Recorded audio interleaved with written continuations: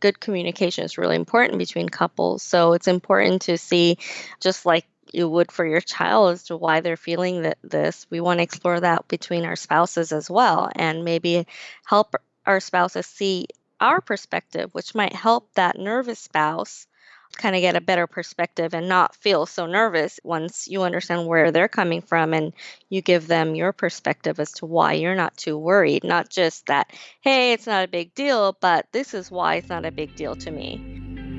Are you married or in a committed relationship looking for real advice on having love and enriching your relationship? You are in the right place. Welcome to the Couples Expert with Stuart Fensterheim. Hi, and welcome to the show. I'm so glad that all of you have joined me again this week on the Couples Expert Podcast, because this podcast really is something special. It really is a place for all of you to really be able to have a relationship with your partners that you find special. I live in Scottsdale, Arizona, and it is a beautiful, gorgeous place, other than this time of year when it's about 115. I love where I live. I love my house. I love my city. I love everything about it. But what I really understand is that unless I have a relationship with my partner that is also special, all the joys of my life don't mean as much. I can't experience these things in the same way that I could having a close bonded relationship with the partner that I've chosen to live with for my lifetime, my wife. And the two of us having a relationship that we find very special, because what we know is an essential to have an authentic, genuine, connected relationship. And that bond, that connection, is really about being with that one person in the world that you can truly be authentic to, and that the two of you together sharing a life. The other thing I'm very aware of is that if you have children, the family relationships are just as critical.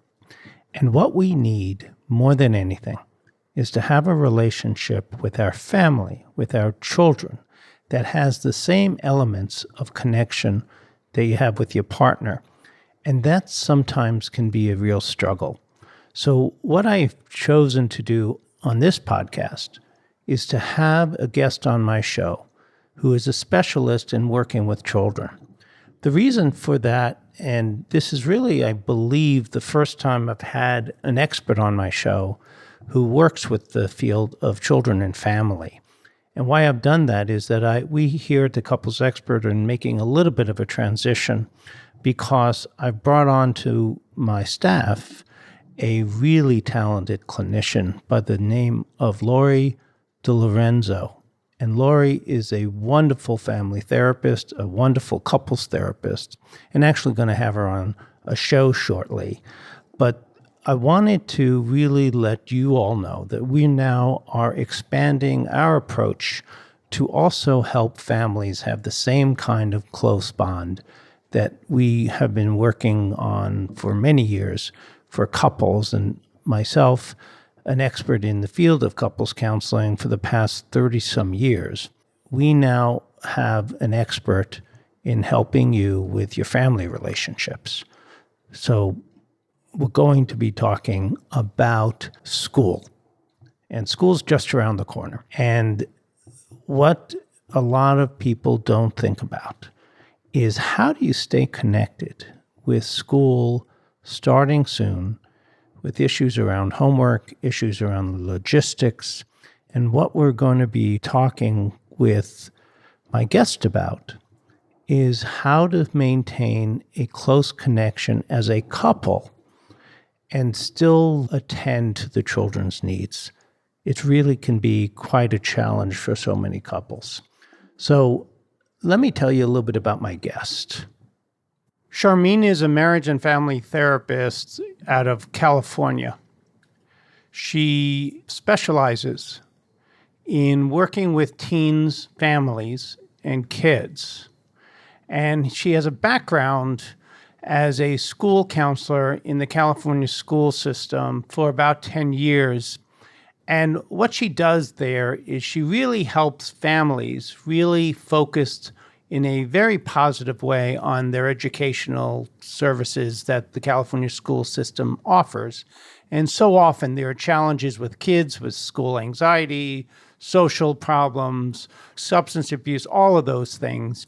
And she really works as an advocate for the families and also with the schools to really bring together all the services that are necessary so kids feel successful at school. In addition to that, she has a private practice in California where she works with teens and families to help them with the connection that sometimes gets disjointed when families are struggling. So I'm really excited to have her. So, Sharmeen, welcome to the Couples Expert.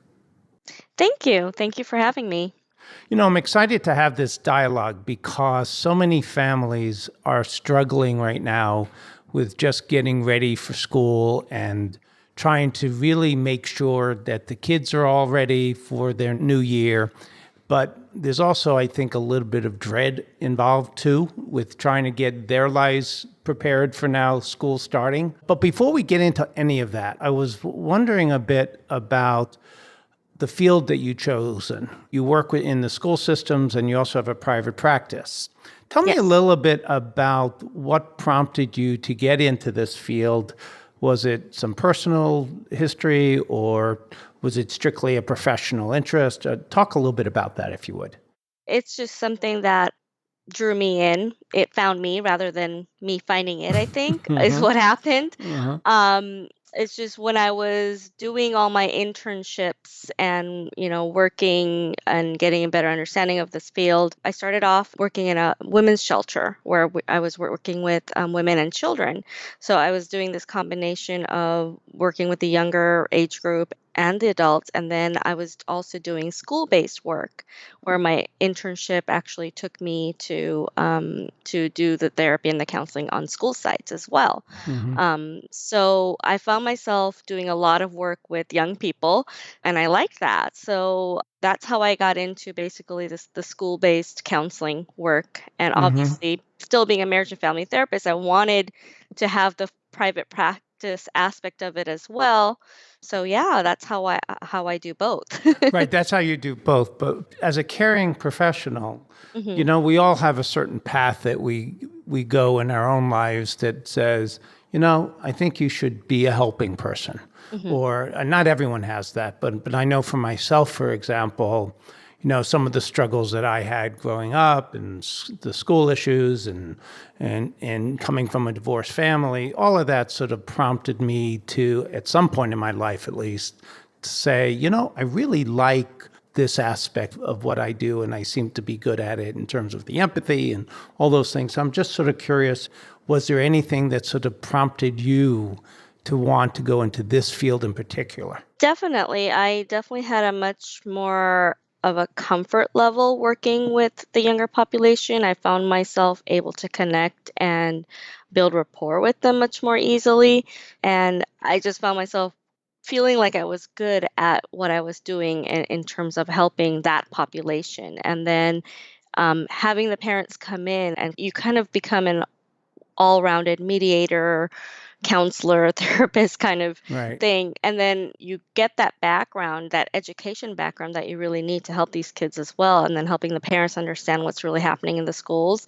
So I just feel like I have this really well-rounded education from this experience of working in schools that helps me work with young people and help them in a much more thorough way than I would just do like if I was sitting in private practice. Right. Anything in your own personal life that sort of has allowed you to see that path for yourself?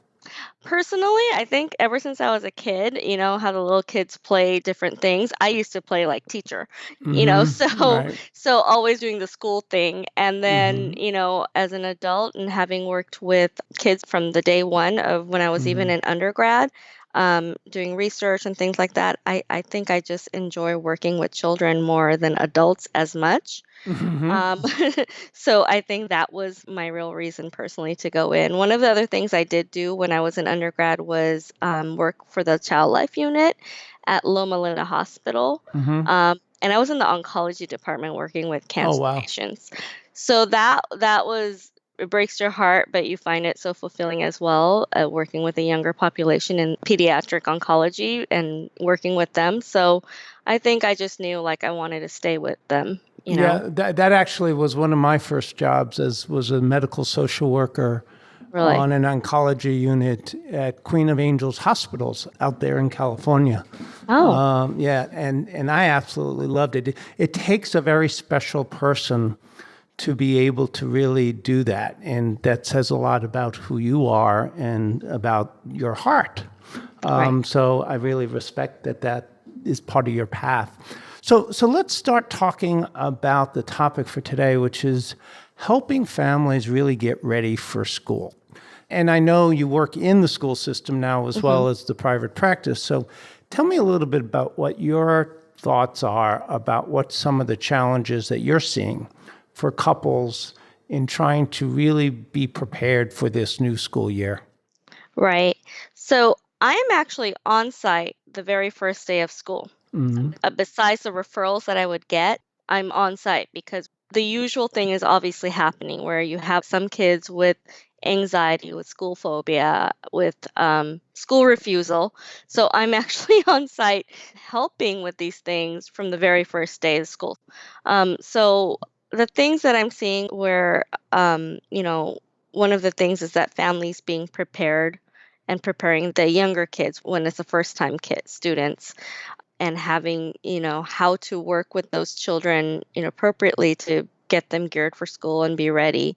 And it is very time consuming, you have to admit that. And it takes a lot of time and patience to work with your kids and get them really ready. And it's kind of a process that you kind of need to start before the first day of school, Right. and a head start is definitely better than, waiting it out. Talk a little bit about that process because I think that's one of the questions that I often get is what is the things that I could be doing now before school starts in the summer? And out here at least, and I don't know in California, I believe it's fairly similar. Kids start school here, some at the end of July if they're school year round, and some Yeah. beginning of August. So now is the time. So, what would you be having or suggesting that families start doing now? Right. The days of the school have, increased. So we start actually the first week of August out here. Most of the schools start the first week of August and then maybe a few in the middle. So this is perfect timing, actually, July to get prepared. And I think one of the things that's great to help with your younger and your older kids, and it'll also make your life as a parent or a couple even a little bit more easy, is just planning for the school supplies and getting that child excited about the things that they're buying and going to be using for school. So sitting down with your spouse or your partner and making that list, figuring out what your budget is going to be, and then actually taking that time to take your child out shopping. I know it's a lot easier to try to just go pick it all up yourself, but take your child with you and tell them why you're getting these things, and then getting them really excited about all the things that they're going to be using in school, and also just kind of takes that worry of waiting till the week before school starts or a couple of days before school starts, trying to get all those supplies together. And it gets the kids a little bit more excited, a little bit more prepared, gets their feet wet a little bit, thinking about, okay, I will be going back to school. It just helps with all that. So that's one of the things that I tell them to start with. And then with their younger children, I think it's really important to do the prepping, the pre, drive by the school, show them where it's going to be if possible, go by and go inside. A lot of our schools, I know the schools that I work with, they open up some extra days during the summer so the parents can bring the younger kids in for kind of an orientation, that kind of thing. So you should definitely, research that with your school and see if that's an option, as well as to, to get your child kind of accustomed, if it's a brand new school for them, to see if they can bring the child in earlier and just walk them around campus, get them used to it, that kind of thing. Sort of the meet the teacher nights that a lot of these schools have now, you're talking about. Right. And some of the schools are actually even doing not just meet the teacher night, but then they'll have a little orientation for the parents, and the child goes into the classroom for, maybe it's just a 30-minute thing, but it's just that separation anxiety that both the parent and the child is dealing with. I've noticed a lot of parents, when they bring them in just for that little orientation, they're putting the fear in their child by wondering, do I have to leave her here by herself right now? So Hmm. that's something that they need to prepare themselves internally for as well. What you're really saying is what I know, and I know that from myself and my own life with my kids, as well as some of the families, that for the most part, a lot of this anxiety gets fueled by the parents, by the Right. adults. And if the adults are okay with it, the kids generally do much better. Exactly. So just make it like a normal thing that's going to be happening, kind of like a desensitization where, okay, we're going to be getting school supplies today and tomorrow we'll be doing this for getting ready for school. And these are just normal casual things that we do, and keep that anxiety to yourself and find a different release for that. I mean, parents need to take their time out. Maybe the couple needs to go together and take some time out from the kids and have an hour to themselves to kind of express their own feelings to each other, and just kind of work that anxiety out themselves as well. Well, let's talk about that a little bit more because I think that that sometimes becomes a huge issue for a couple in terms of their relationship, where one parent is much more nervous than the other, and it actually sometimes can become a conflict for that couple. What are the things that you've recommended to couples in terms of how do they deal with that anxiety? Where one parent is all worried about this, the other one goes, it's not going to be a big deal. And before you know it, you don't understand me, and you have all this conflict going on. How do you help couples really come at this together? Like we do in therapy or any other counseling format, when good communication is really important between couples. So it's important to see, just like you would for your child, as to why they're feeling this. We want to explore that between our spouses as well, and maybe help our spouses see our perspective, which might help that nervous spouse kind of get a better perspective and not feel so nervous once you understand where they're coming from, and you give them your perspective as to why you're not too worried. Not just that, hey, it's not a big deal, but this is why it's not a big deal to me. And having that open communication over it. Do you think sometimes it's about trusting that their child can handle it, or do you think it's more trusting that you can handle it? I think it's a combination of both. It also says something about reflects on your parenting. It's saying that, well, what are you insecure about in your parenting that you don't think your child at age 5, which is the age appropriate to go to school, is not ready? You know, Right. so kind of having that parent reflect on, why would you think that? If you are a good parent, if you have done your job right, your child should be ready right now. So what are you worried about? What about in terms of the older child population, let's say teenager? What are some of the areas that you recommend families do to help prepare for the new year? Because obviously school supplies isn't as relevant. Typically, an older child's going to go out on their own and maybe purchase that themselves even. hmm How would you help a family get their older adolescent child ready for the school year? Right, because there's just so much going on with them. And then some of them, they get lazy over the summer, or they've just had so many activities over the summer as well. And then, okay, let's change gears now. One of the things with those kids, give them some relaxation time is what I suggest, because with older kids, depending on your parenting and depending on the type of family you are, some of the older kids are overwhelmed and their summers don't feel like summers because they haven't had a break, because they went from academics to sports or different clubs and activities that they're doing, camps. So, how about let's do some parent family time together, using those last holidays during the summer to do that, maybe even. And then, talking about what are your expectations for school next year when you're doing that family time? What do you want for next year? And then once you get your child to sort of dream about what they want the new year to look like, then we do planning for, well, how do you make those dreams come true? I think one of the things that I'm seeing, and I guess I want to ask you this question because I had this debate with a couple of friends recently, which is about homework. Hmm. Homework is, I think most families are dreading the whole concept because there are so many battles throughout the year. And I don't think we forget about those. So I think even I with the new know. year, you remember those. What percentage of families do you think have this as a challenge? Is it a high percentage or low percentage? I think it's everybody. I mean, I personally have that. I mean, I have a kindergartner and now they send homework every single day, even in kindergarten. And obviously now we have the transitional kindergarten in the schools now. So, I mean, your 4-year-old is coming home with homework, Right. you know? So, and it's an everyday thing. I mean, obviously when your kids get older, you do have to take it seriously and make sure that they are doing it. But I also tell the parents, the younger parents, yes, TK in kindergarten is, I mean, a lot of parents don't realize this, but legally your child doesn't have to be in TK or kindergarten. We do it so that they get a good background when they hit first grade. So when things get overwhelming and your schedule gets crazy, if you miss one day, it's not going to kill you.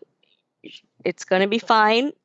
Just move on. So you write a Right. note, send a note to school, and move on from that day, is what I tell with my younger parents. But with the older ones, yes, it is a struggle as your kids get older to get that homework done, get things done. So I suggest that you and your spouse kind of sit down and have your own private conversation about that and decide, well, who's good at what? Who really is feeling like they can take this much on? Because it's really about you and your partner. I mean, your kids will have their academics, they have their teachers, they have their tutors, there's help at school, but your job is really to make sure that it's just getting done. And if they need some help at home, which one of you are able to do that assistance?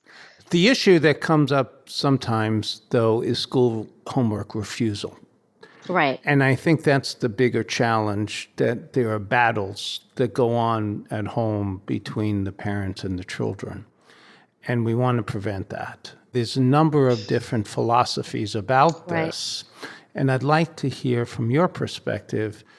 Do you feel that that's the parent's job to make sure it gets done? Or the other side of the coin is you just let the child take the consequences? And, there's that struggle between, am I supposed to force this child to do this? Do I have to give a consequence? What do I do if my child is refusing? And that's one part of this question. The second part is, what can we do to prepare to try to prevent this from happening? Well, your child is still your child. Your child's still a minor, and that's why you are the adult in charge. So it is about your value system when it comes to homework, I think. So I think that for prevention, instill the right thoughts about homework, instill why it needs to be done, and make that of value to your child. Now, yes, it's controversial. How do you make that a value to your child? There's a child that just wants to please their teacher and wants to be the straight A student, so that's their value. And then there's a child where that kind of thing doesn't matter too much. And then we get into the materialistic aspect where parents are using reward systems. So it's very debatable. I mean, there's some theories that say, don't do a barter system, don't do a reward system where it's more monetary. It's debatable, but it really comes down to what your values are and what you think is okay and acceptable for you, is the way I look at that whole thing. It can feel like it's an impossible thing. There are some children that are just very difficult to deal with when it comes to things like that. And, we work on it, but you have to find what's right for you and what's going to work right for you. I just like to explore what really the values are with my parents when I do the counseling or the therapy, and then we go from there as to what's going to work for their child. Right. The other aspect I've done before, and I think it works really well, is you set up not homework time, but educational time in the home, where there's no electronics, there's no nothing, and for, let's say, a 2-hour period, that's what happens there. If they don't want to do homework, they don't even have to. But they don't get on electronics, they don't get to play, they don't get to go out, they don't get to talk to their friends. They need to read. They can do other kinds of educational kinds of things. And that time period is only for that. And then if they don't do their homework when they get to school, there's clearly going to be a consequence there. And that's what they'll have to live with. And if they disobey there, the consequence, if there is one, is not about not doing your homework. It's about not following the rules that this is a household educational value time. Right. And you hope that they get the education through a different venue, regardless of whether they're going about it. Because it's really about commitments. You've made a Right. commitment to the school. And I think the other piece here, in terms of the couple, is that you as a parent also have to be good at living up to your commitments, because it's really about being a role model. Right. Very true. Let's stay focused on the couple here, because what I want to talk about is, one of the nice things about summer for a lot of families, and for couples especially, is it's much less structured and much less responsibilities, so that they can focus on the two of you as a couple. You have more of that private time. Kids go off, they play, they go to camp, they do, those things. Do you have any suggestions of how to keep that closeness as a couple, even though you have this logistics that has to go on? And how do you deal with all of those things? Right. I kind of beg to differ in that theory that, okay, this summertime, you do have a little less stress because it's not as structured. So yes, Right. and when your kids are off doing some sort of activity, you have that time for yourself. And it's nice not having that structure or having to wake up early or whatnot. But at the same time, I think when school is on and they do have that structured time, I always recommend to my couples that, hey, you already know that from 8 a.m. to 3 p.m., no kids. So, if it's possible, if one spouse is not working, or if it's possible to take time off from work, make that extended lunch date and, make those dates happen, make that connecting time happen during those hours that that the kids are not there. So I look at it as, yes, there's a structure now. Maybe you can't sleep in, or you do have to follow their schedule rather than creating your own schedule. But at the same time, there might be a lot, blocks of time, good blocks of time now. But if both parents work, that gets to be a big challenge. And I think for a lot of families today, that's the case. And I'm thinking, based on some of what you're saying, and I'm not disagreeing with you at all, because you're talking about really finding these slots. And I Right. think the key here is pre-planning, just like you were talking earlier about planning in terms of showing the kids to school and going out with them to get them excited about school because of the school supplies. I think the more the parents can plan and put in the schedule, the time Absolutely. together, the better. And I think we have to combine both things, and then I think it works really much better. Absolutely. They're the basic, what we work with is like, okay, make those date nights happen, schedule your time in.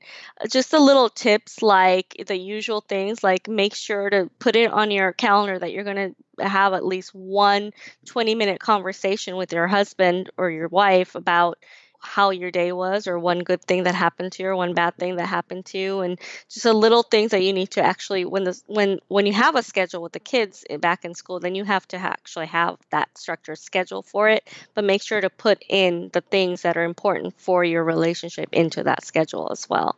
Definitely. One of the things I wanted to ask you about, this is changing the topic a bit, because my understanding is in your practice, you work with many different cultures. And that you speak how many languages? About, including English, 5. That's pretty, I'm impressed just from that, and that's really neat. What are the 5? Well, I speak Spanish, which I learned from just starting in 7th grade on. I just took it forever, and my experience in doing social work and things like that. But I also speak South Asian languages, which is Hindi, Bengali, and Urdu. Oh my gosh. So I'm just totally in awe. so that actually covers like I can actually work with that South Asian population from many different backgrounds because of the Bengali and Urdu, which involves a lot of the Muslim population, and then the Hindi involves just, most of India. Uh-huh. So yeah, it does cover. I am able to expand my background with the languages and the cultures to a larger population. That's really neat. Tell me a little bit about those cultures. I'm very interested in a little bit about relationships and how they manage things like going back to school for their children. So this is very interesting because with the South Asian population, they are very strict when it comes to school and education, and their expectations are very high. Mm-hmm. So it can be quite nerve-wracking for the child Mm-hmm. because besides the fact that it's first day of school or whatnot, there's that expectation from the parents. And that is the number one thing that I deal with when I do get my adolescent clients is a high level of anxiety disorder and just the adjustment. I would call it adjustment disorder because of just what they're dealing with their parents and what they're capable of and what they want to do, and then their expectations. There's three different things that they're dealing with here. How do So you help? How do you help them with this? with this, when I do get cases like that, it's about working with the parents and the students, whereas the parents need to kind of expand, like you're living in this country, you're raising this child in this country, yet you want them to be like what it was back home for you. So how is that possible? How is that feasible for you? Kind of working with the parent and helping them see that other perspective and what's really happening. But by the time I'm getting some of these teenagers, they are at their wits' end at the last level. So it's like the parents are very worried about their child at this point. So Right. then they're willing to, okay, whatever you say is what's happening with them at that point because they feel like they've broken their kid, you know. so Right. so I'm dealing with that, but and then, helping these kids find who they really are. It's like they're dealing with this cultural thing where they want in their mind, they want to be this because that is the only right way to do it, because that's what their parents have instilled in them. But in their heart and their abilities, they are not that. So just having them work through all of that is what I'm dealing with when it comes to my older kids. And so returning to school is a lot of anxiety for them, actually. And then Right. there's a lot of pressure. And it's really, I mean, I guess in some ways it's the same with any high achiever, demanding parents, and how to help the parents get a better perspective on their child. Right. It seems that's a lot of your work. Yep. Any suggestion, if there are parents listening to this podcast who are struggling with those issues, is there any advice you might give them to be either more realistic in terms of the kids or try not to put that kind of pressure on them? I would suggest that parents need to tune in to what their children's likes and dislikes really are and Mm-hmm. be more open to who their kids are rather than who their kids need to be. They just have these high expectations, this overall presentation that their child has to make, right? So they're just expecting that this is who they are. They never look at, well, who the child really is. They just have been raising them from day one almost, some of these parents, like, this is who you are and this is how you have to be and this is how I'm raising you. And it's just they never saw, like, who is this child? Is my child more timid? Is my child more shy? Is my child, that what is your child's personality in reality? Because if you're expecting just, obviously they're not going to be movie stars. Usually they're not wanting their kids to be movie stars, but if you're expecting your shy, timid child to go out and become a movie star, it might be kind of unrealistic for you, right? So in that same way, or if you're expecting your child who's afraid of blood or throws up at the sight of anything of that medical of that sort, that they have to be the doctor. I mean, just those are the simple things, right? But really looking at who your child really is overall, because you might be missing out on quite a talented child, but in a different area than what you know. Well, I want to just thank you for coming on and giving of yourself and your time, and you clearly care about the families that you work with. If someone wanted to get hold of you, what would be the best way for them to do that? They can head on over to my website. It's ocmindbodycoachingcounseling.com, and they can learn more about me and get all my contact information there. Oh, that'll be great. So before we go, I'd like to ask a final question that I like to ask most of my guests. When you think about your experience over the last however many years that you've been practicing, what do you think surprised you about yourself the most having to do with the work that you do? Honestly, when starting off, people always told me, therapists always leave the practice after some years. It's a hard profession. It's a tough profession. I think I've been surprised by my own resiliency. It's been 15 years. So I think I've been surprised that I don't think I would quit this practice. I think I enjoy it. I really love working with the population that I work with. And so I think I'm surprised that, with whatever everybody said to me, that I don't feel those things. So you're stronger So than you thought you were, is what I you're guess, saying. yeah, I think That's so. a neat thing. That's a neat thing for you to be able to say. Yeah. And you should feel good about it. Thank you. Well, thank you again for joining me today. And thank all of you for joining us. We'll see you next week. Take care. Bye-bye.